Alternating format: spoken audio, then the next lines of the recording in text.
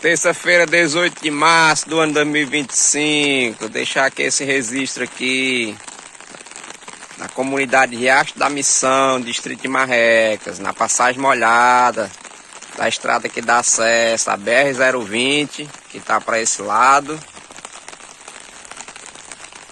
As comunidades aqui de Missão, Cacimba do Fogo. Olha aí como é que tá a situação aqui da passagem molhada.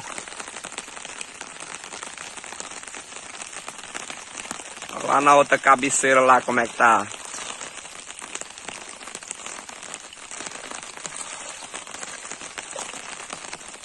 A referência lá da outra cabeceira tá com mais de 1 metro de altura de água aqui, de lâmina.